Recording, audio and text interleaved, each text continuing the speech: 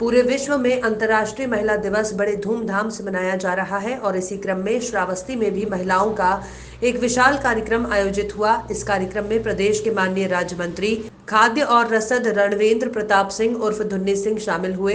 इस कार्यक्रम में मंत्री जी ने विभिन्न क्षेत्रों में उल्लेखनीय कार्य करने वाली महिलाओं को सम्मानित भी किया।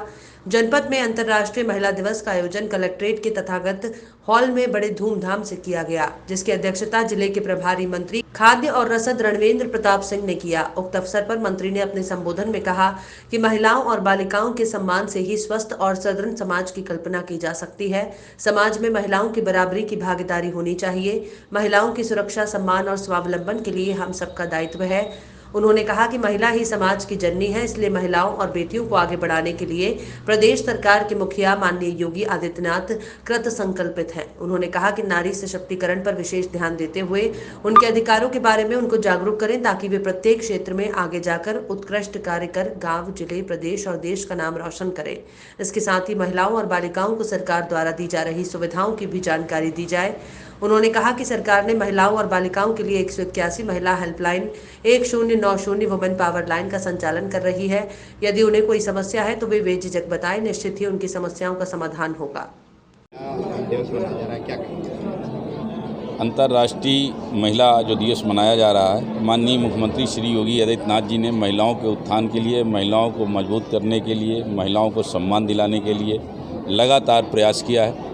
उन्होंने महिलाओं को जो पात्र गृहस्थी का कार्ड है वो महिला मुखिया के नाम किया है। अभी जो मकानों का अधिकार दिया जा रहा है वो भी महिला प्रमुख के नाम किया जा रहा है। और अभी जितने भी कोटे राशन की दुकानें निरस्त हो रही हैं वो समूह में महिलाओं के नाम ही किया जा रहा है। इस तरह माननीय मुख्यमंत्री श्री योगी आदित्यनाथ महिलाओं को सशक्त करने के लिए और उनको आगे लाने के लिए, उनको मजबूत करने के लिए लगातार प्रयास कर रही है।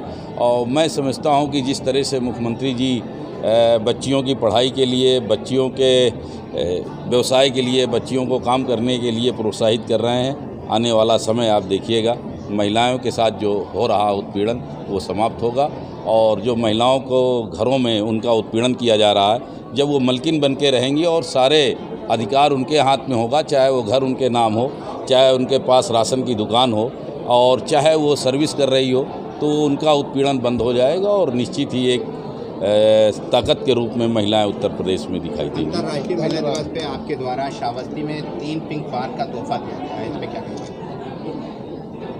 ये तो पूरे ज़िले में श्रावस्ती में तो दिया गया है, लेकिन मुझे लगता है पूरे उत्तर प्रदेश में माननीय मुख्यमंत्री जी के निर्देश पे इस तरह से महिलाओं को तोहफा दिया गया है और उनके प्रोत्साहन के लिए भी ये प्रमाण पत्र जारी किए गए हैं, जिससे उनका उत्साह वर्धन हो और काम करने की क्षमता बढ़े। एक आखिरी सवाल, श्रावस्ती में आज आपने परिपक्व अभियान की शुरुआत की है, जिससे बाल विवाह पे विशेषकर रोक लगेगी, क्या कहेंगे? मुझे लगता है कि जो ये पुरानी प्रथा थी ये बहुत ही खराब थी।